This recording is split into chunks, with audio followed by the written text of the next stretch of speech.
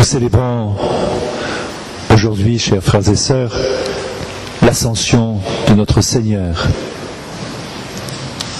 Et ce jour est aussi un jour de grâce pour tous ceux qui vont recevoir l'Esprit Saint par l'imposition des mains.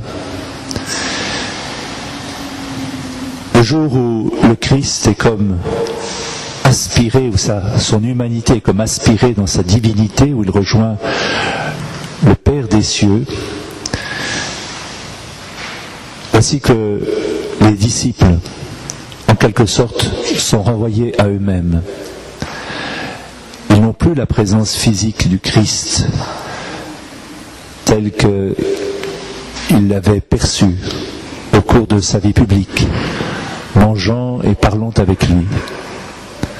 Jésus les laisse avec cette seule et simple promesse, celle de recevoir le Paraclet qu'il leur a promis, le défenseur.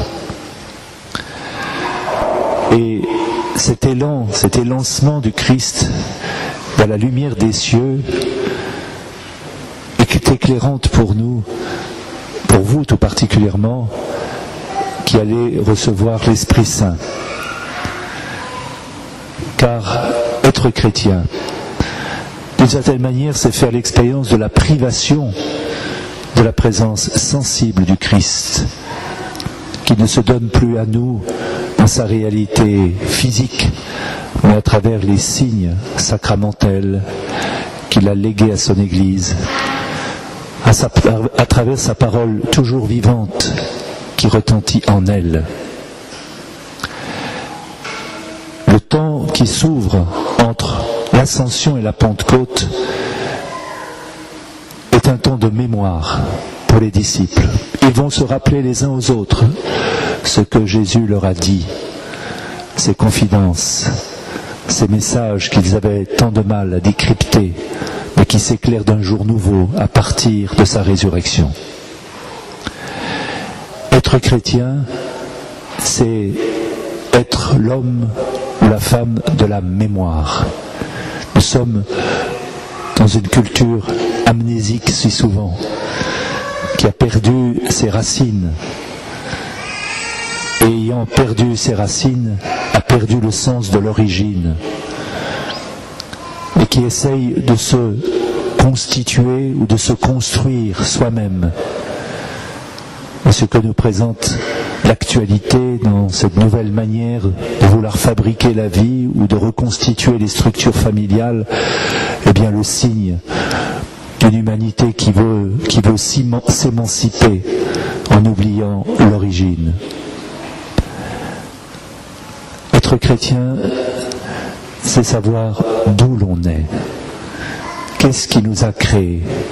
Qu'est-ce qui nous a fait? Quelle est la grammaire et la syntaxe de la vie qui préside à notre propre humanité? Faute de quoi, l'humanité court à sa perte. Et si on apprend le catéchisme, si on lit attentivement la parole de Dieu, si l'on fréquente assidûment la célébration des mystères divins à chaque messe, c'est précisément pour faire mémoire. Mais la mémoire, c'est plus que le souvenir, car le souvenir peut être teinté de nostalgie, d'idéalisation du passé. La mémoire, c'est se rappeler des choses que Dieu a faites en nous, ou à travers l'histoire de l'humanité, pour mieux vivre le présent. Pour que le passé éclaire le présent, pour nous aider à mieux habiter l'instant présent, la vie d'aujourd'hui. En recevant l'Esprit Saint, nous recevons celui qui, comme l'a dit Jésus, nous rappellera toutes choses. C'est l'Esprit Saint qui est la mémoire de l'Église, qui nous donne ce sens de l'antécédence, de la tradition. Au jour de l'Ascension, les apôtres ont repris à leur propre compte les paroles que Jésus leur avait adressées. Mais en même temps, ils ont vu Jésus s'élever vers le ciel. Être chrétien, c'est non seulement se rappeler l'origine, mais c'est aussi regarder la fin de toute chose, la récapitulation de toute chose en Christ, qui veut sauver toute l'humanité. La victoire du Christ nous est déjà acquise. Le salut nous est déjà obtenu. Et il nous faut simplement essayer de correspondre par notre vie à ce que le Christ nous a donné par grâce. Être chrétien, c'est, comme le redira si bien l'apôtre Paul, être tourné vers les réalités d'en haut. La vie de ce monde passe, notre mort est certaine, mais notre vie ne conduit pas à une impasse, à un trou, mais à une joie qui est la joie même de Dieu et qui n'aura pas de fin. Être chrétien, c'est se tourner vers cet accomplissement de toute chose, de notre propre vie, en celui qui nous a rendus à la lumière de Dieu. Paul VI disait dans une belle expression le sens de ce qu'est le christianisme. Être chrétien, disait-il, c'est habiter le monde en venant à lui à partir de son avenir. Le christianisme, c'est l'avenir de l'humanité. C'est la prophétie de Dieu sur l'humanité. Et il nous est donné, dans un monde qui a si souvent perdu l'espérance, de rappeler cette finalité à notre monde. Que le monde est fait pour rencontrer Dieu. Que chaque être humain existe pour connaître le Christ. Et c'est en lui qu'il trouvera son plein accomplissement. Recevoir l'Esprit Saint en ce jour, par la confirmation, c'est précisément se situer dans ce dynamisme de l'avènement du Christ. Au jour de l'Ascension, enfin les disciples ont reçu cette indication de Jésus d'être des témoins.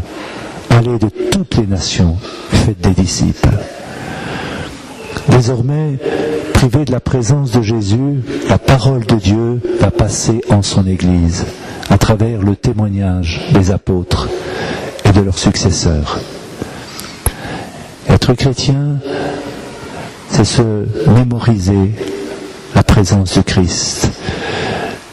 Être chrétien, c'est être tourné vers le futur qui est habité par la présence de Dieu. Mais être chrétien, c'est être un missionnaire. C'est être le témoin de la bonne nouvelle, l'ambassadeur auprès de notre monde de ce que le Christ a fait en nous et de nous. Recevoir l'Esprit Saint au jour de la confirmation, ce n'est pas simplement le garder pour soi-même. C'est, comme l'a fait Jésus vis-à-vis des apôtres, se sentir responsable de l'avènement de son royaume, de paix, de justice et d'amour. Si vous avez été choisi par le Christ, si en ce jour vous allez être béni par le Christ, c'est pour l'annoncer d'abord par votre propre vie, car nous sommes chrétiens par le témoignage de notre vie qui est habitée par l'amour du Christ. D'abord, avant même que nous prononcions quelques mots, c'est le témoignage de notre propre vie. Et ensuite, le témoignage chrétien, par la puissance de l'Esprit, va nous aider à ouvrir la bouche pour confesser le nom du Christ, pour dire que le monde a un sens, que la vie vaut la peine d'être vécue, parce que Dieu est au cœur de notre vie, parce que Dieu est la réalité la plus profonde de notre monde. Alors nous allons prier pour vous, chers jeunes, chers adultes, puisque deux parmi vous sont des adultes, pour que vous puissiez porter ce témoignage au cœur du monde, là où Dieu vous a placé. Vous serez des signes de la présence du Christ, là où règne si souvent l'indifférence, la dérision, parfois la persécution. Vous serez l'amour du Christ, là où il y a tant de haine et de désespoir. Vous serez la joie de Christ, parce que Dieu compte sur vous pour se manifester à notre humanité. Amen.